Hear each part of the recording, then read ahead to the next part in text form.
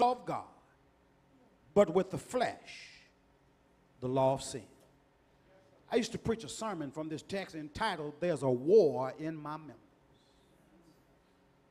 And it's true. As humans, we're tempted to follow the old self. As Christians, we are prone to follow what we've been taught to do by the law of God.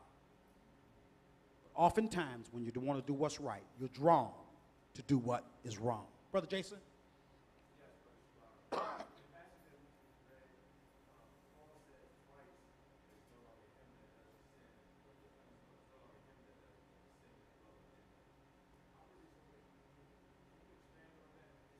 Yes, because I think that's a very pivotal point in his consideration. Paul's talking about the driving factors. He's talking about what ends up obviously being the thing that pushed him the hardest. You know, because that's what the end result, that's what ends up coming out. You know, both of them are present. He identifies two laws, and he says they're both in my mind. And this is what I want you to get. In his mind, there are two laws. The law of God. Somebody say amen. Amen. The law of sin. Both of those laws are in his mind.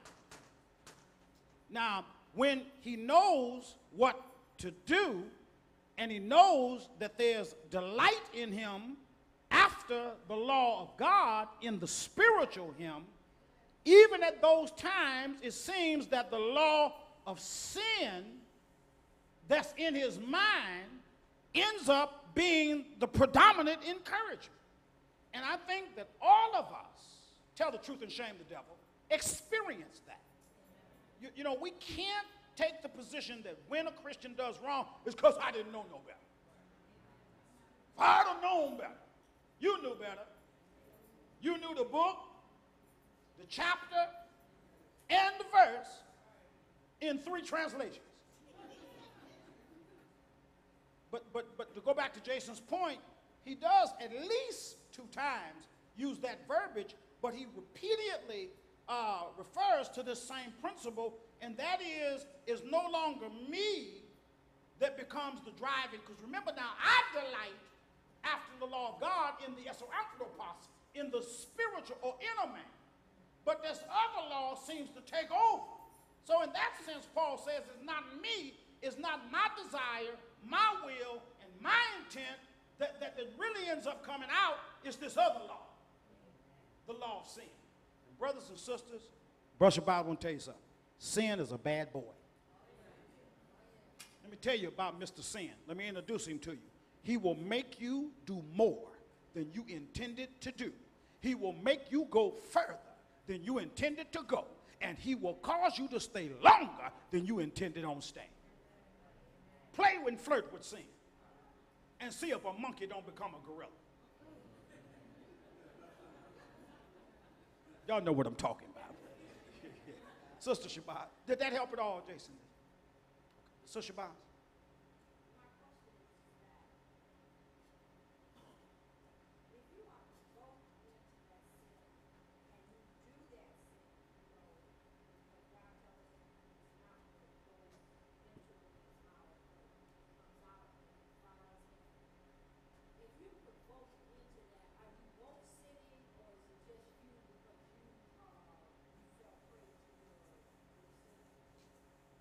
Let me answer your question by, and I'm not begging your question, but let me divert for just a moment from the who and deal with the what.